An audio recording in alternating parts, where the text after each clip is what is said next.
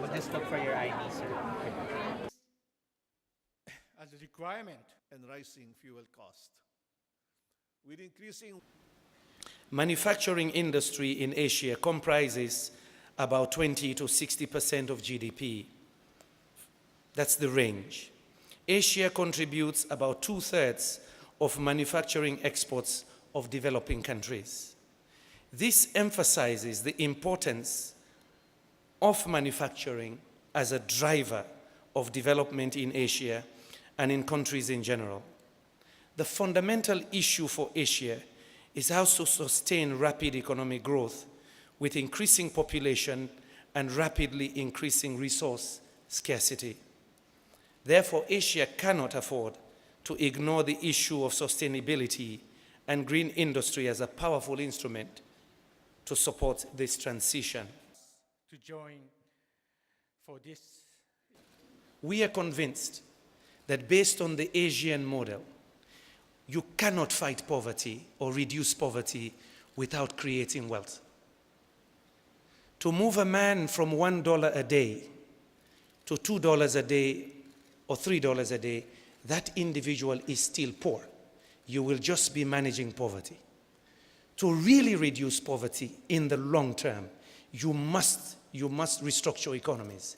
Economies must modernize. They must move to the manufacturing sector, add value to their natural resources or produce higher value products. That's the way you reduce poverty. It is not by accident that the richest countries in the world, we call them the highly industrialized countries. The Asian model has shown, and the OECD model, that true poverty reduction requires economies to restructure. That is the message we see in Asia. Asia has lifted, when you add China and India, Malaysia, Indonesia, and the other Asian countries that are present here, they have moved almost 200 million people out of poverty within the past 30 years. Nothing like this in the history of mankind. But the message that we see here is that restructuring and moving into higher value production. But we must do this now in the 21st century on a different trajectory, a trajectory of sustainability, a trajectory of cleaner production. The conference theme, Managing the Transition to Resource-Efficient and Low-Carbon Industries of the Climate Change. Excellencies, ladies and gentlemen, we're a few months away from Copenhagen. We must have a deal. We must have a deal. We have no choice. The climate is changing right in front of us.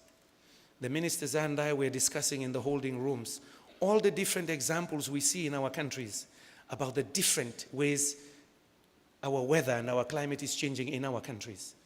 The irony is, those of us who polluted the least, or probably not polluted at all, like the poor in Africa, will pay the highest price. Living in America, in the United States, in California, the third wave was essentially German and American. No single country in the world today, even the wealthiest ones, can resolve the problems of global financial crisis and climate change. They both need to be resolved together. They both need concerted global efforts. They both need the actions of everyone. Only then can we provide a better life for our people and our children of tomorrow. As Bertrand Russell would put it is coexistence or no existence. Thank you. Mabuhay.